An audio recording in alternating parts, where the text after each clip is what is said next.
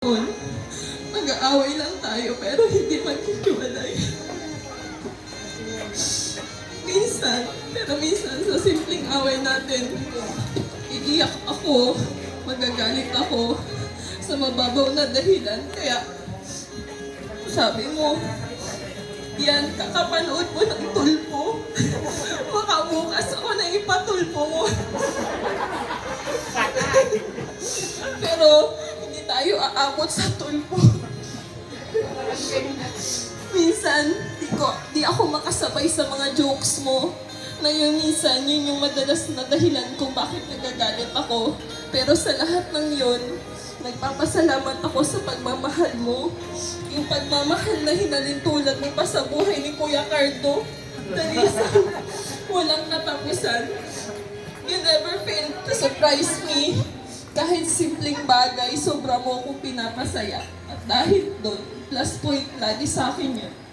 Thank you, Daddy, dahil noon pa man, hanggang ngayon, di nagbabago yung care at love mo sa akin. Sa araw-araw, binaparamdam mo, simula nung una hanggang ngayon, sa sobrang effort mo sa akin, lahat na ata nagawa mo. Dahil tinuring mo akong special sa'yo. Naalala ko pa nun kung paano tayo nagkakilala. Dahil lang sa broken ka, naghanap ka ng makakachat. At pag naalala ko yun, parang ang sarap lang balikan.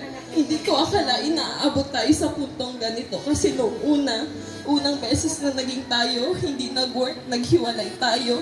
Hanggang sa sinubukan ulit natin sa pangalawang pagkakataon.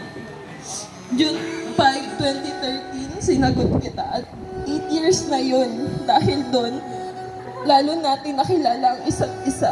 Marami man tayo na-disappoint sa pamilya ko, sa pamilya mo. Dahil sa nabuntis ako, hindi pa tayo kasal. Pero ito tayo bumabawi at pipilitin maging isang mabuting magulang para sa ating munting prinsesa. Kasama kang bubuo ng magandang alaala. At sa puntong ito, bagong chapter na ng buhay natin bilang isang ganap na mag-asawa, ito lang pinapangako ko. Kasama mo ako sa hirap at ginhawa. Marami pa tayong haharapin na pagsubok. Kapit lang tayo sa isa't isa. Lagi lang tayong manalig sa itaas. Hindi ako mawawala sa tabi mo. Aalalayan ka sa bawat desisyon mo. Mamahalin ka sa paraang alam ko. At higit sa lahat, aalagaan ka gaya ng pag-aalaga mo sa amin ng anak mo. Mahal na mahal kita. Yan yung salitang kahit araw-araw ko sabihin sa iyo. Hindi ako magsasawa. Mamahalin kita sa araw-araw. Pangako ko sa iyo habang buhay. I love you. Wow! Wala ako napakinggan ng Tinder joke. Wow! So Grabe! Ikaw touching. na! May nanalo na! Parang nagbasa ako ng ano yung pocketbook. Oo, correct. From Wow. start to bottom, di ba? Yes. No? So, yan po, narinig po natin ang history ng Ang dating na bistok. love story po ni Gerald and Hazel, and that was Correct. so meaningful and so very interesting. Talaga pong nandun yung mga obstacles, hindrances, na-overcome nyo yung mga lahat, di ba? So, at this point in time, nandyan na kayo at nasa happy life na kayo ngayon as officially Mr. and Mrs. Mabuti. You are now sacred, you have your sacred vows.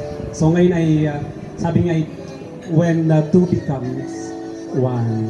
Okay. When two become one. Okay, so.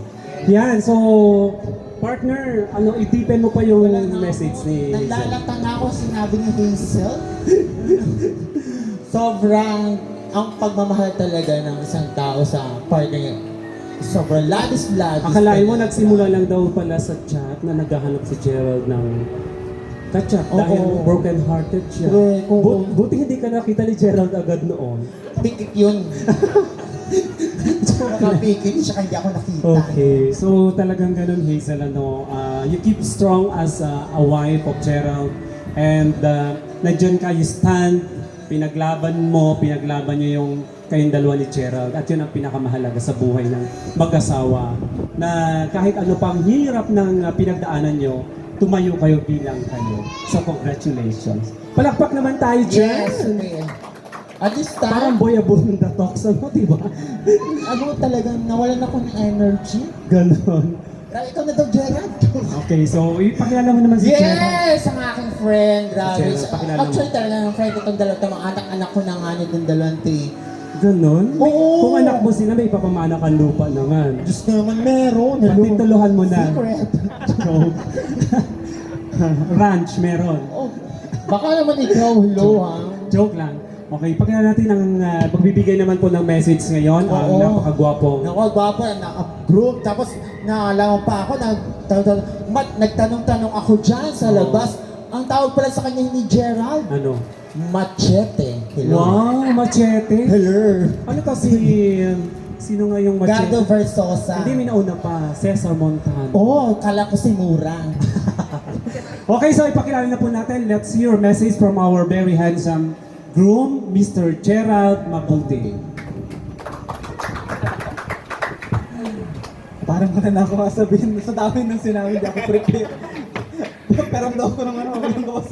Hindi, actually, before anything else, I would like to thank sa lahat ng mga naging bahagi ng success ng wedding na ito.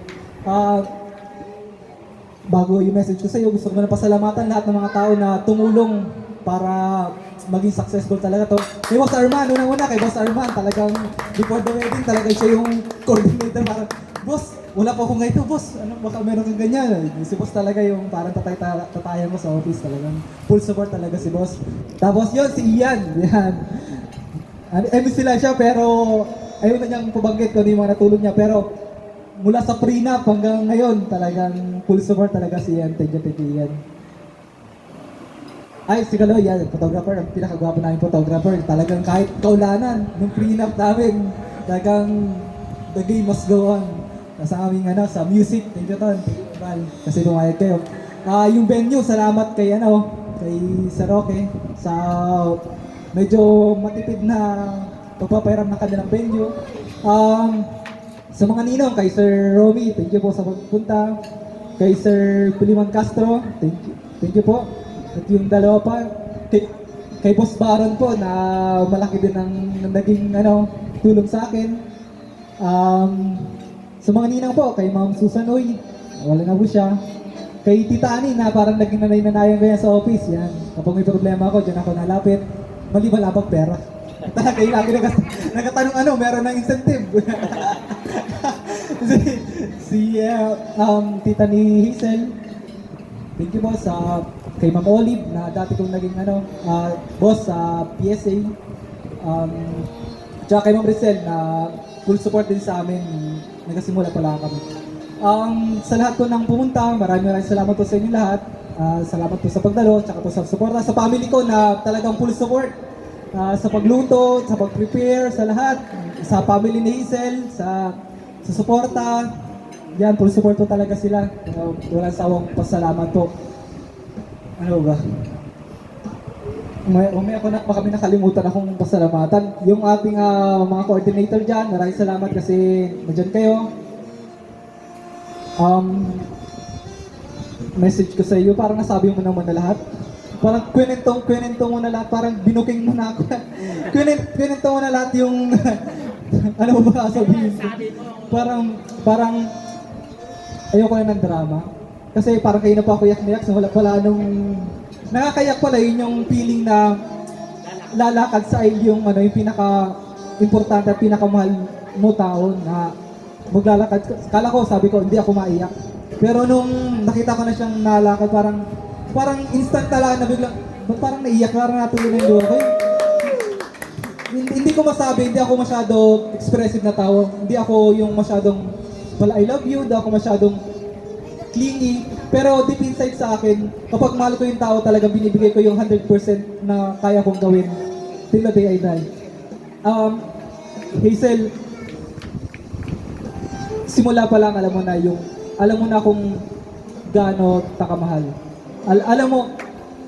Alam mo yung salita kung gaano kita kamahal. Wala pa na inventong salita kung gaano ta kamahal. Kaya hindi ko alam kung paano ko maibigay o ano pang gagawin ko pagkatapos sa ating kasal. Pero ang ipapangako ko lang sa iyo is nandito lang ako palagi. Ibibigay ko lahat ng kailangan mo, ng gusto mo. Ako, aalagaan kita, mamahalin. Kung may sakit ka. Alam nyo kagabi, share ko lang. Muntik na din makatuloy itong kasal na to. Sa totoo lang. Kagabi, 9 p.m. natapos kami sa pag-asikaso, galing kami dito. So, pagkatapos ng practice rehearsal namin sa simbahan, nagasakit na yung ulo niya, parang naulanan. Tapos, nung gabi, nagasuka na siya. So, muntik na kami mag-ospitalan kagabi. Walang nakakalam, yung family ko nakakalam sa amin. Hindi namin sinabi. Dito sana siya matulog, dito sa venue. Tapos, sabi ko, huwag ka nang tumulog dito, tara na. So, sinama ko siya sa bahay. Tapos, yun, hinilot-hilot ko yung ulo. Siyempre, medyo, Tapos, hot compress lang yun. Buti, nung nakapagpahinga na siya, naka-recover naman siya. So, nung mga 3 a.m., hinatid ko na siya dito. Pero talagang, muntik na hindi talaga matuloy. Salamat sa Panginoon talaga na kahit paano napagadya pa rin niya. Tsaka yung magandang panahon, hindi maulan. Talagang siguro meant to be na mangyari to, maging successful. Marami pa sana akong sasabihin, pero ang naalala ko lang is nung first month rin namin, naalala ko nagawa ko na parang tarpaulin, parang you and me against the world. So, parang yun yung parang pinapangatawanan ko na ano man ang mangyari, ano man bagyo, ano man pagsubok ang dumating sa atin, hindi ako susuko, hindi ako magsasawa na mahalin ka. Kasi alam ko noong una pa lang, kaya ta pinili kasi alam kong ikaw na yung gusto ko makasama pang buhay. Ikaw yung babae nagpapakilig sa akin kahit na masama yung pakiramdam ko, kahit na masama yung loob ko, ikaw yung nagpapasaya sa akin. Ikaw yung dahilan kung bakit may ngiti sa mga labi ko. Ikaw yung dahilan kung bakit yung dahilan kung bakit ka gumigising sa umaga parang kape. Alam mo yung salitang I love you. Hindi ko nasabi araw-araw yun, pero naparamdam ko yun oras-oras sa iyo. Minsan di mo lang na-appreciate kasi minsan pag nag-joke ako, nagagalit ka. Ewan ko kung bakit. Pero siguro talagang na sa mga babae kasi yung ganun parang hindi ko alam. Basta ano man mangyari, nandito ako palagi sa iyo. Ayoko na balikan yung mga masasama at mga pangit na nangyari sa atin. Gusto kong i-cherish yung lahat ng mga ganda na nangyari sa buhay natin. Ito, may anak na tayo. So, palakihin natin at talagaan katulad ng pagmamahal natin sa isa't isa. Yun lamang at gusto ko talagang sabihin sa iyo araw-araw na mahal kita.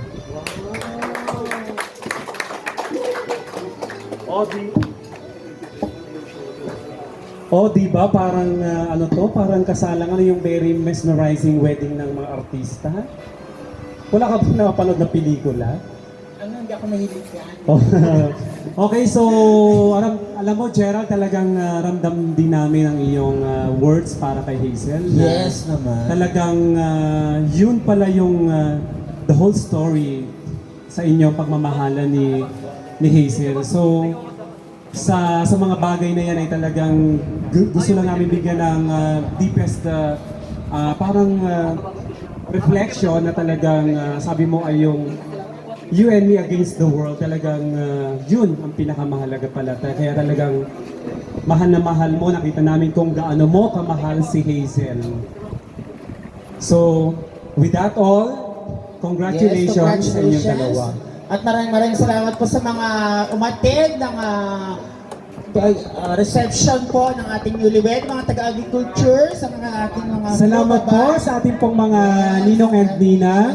Sa lahat po ng mga nandito ngayong hapon, pwede po kayo magpa-picture kila Gerald kung gusto niyo po. Yes. For souvenir photos. Yung mga hindi pa po nakakapagpa-picture, magkipagpa-picture po muna kayo. Baka wala. Yung mga taga-agriculture, picture muna before you leave. May souvenir photos po kayo correct. dito kila Gerald. Ayan. Yung mga ninong at ninang dito po sa reception, wala pa po kayong picture. Ayan, tinatawag kayo ni Boss Arman para daw meron kayong souvenir photos with our newlywed. So again, maraming salamat po sa mga nakipagdalo at nakipagsaya sa araw na ito sa kasalang hashtag nasa mabuti kang kamay Lanot. Ayan, napakaganda po ang hashtag nila. Talagang O, diba? Full support ang ating Agriculture's Office. yes. Nagsutawid ang ninong. Ayan, so pwede po kayo, libreng-libre na po ang ating pong photoshoot, ang ating souvenir photos sa ating pong bride and groom. Pwede, yan. Oh, yan, di ba? As yung photographer natin. Si Kaloy? Nandiyan ba si Kaloy?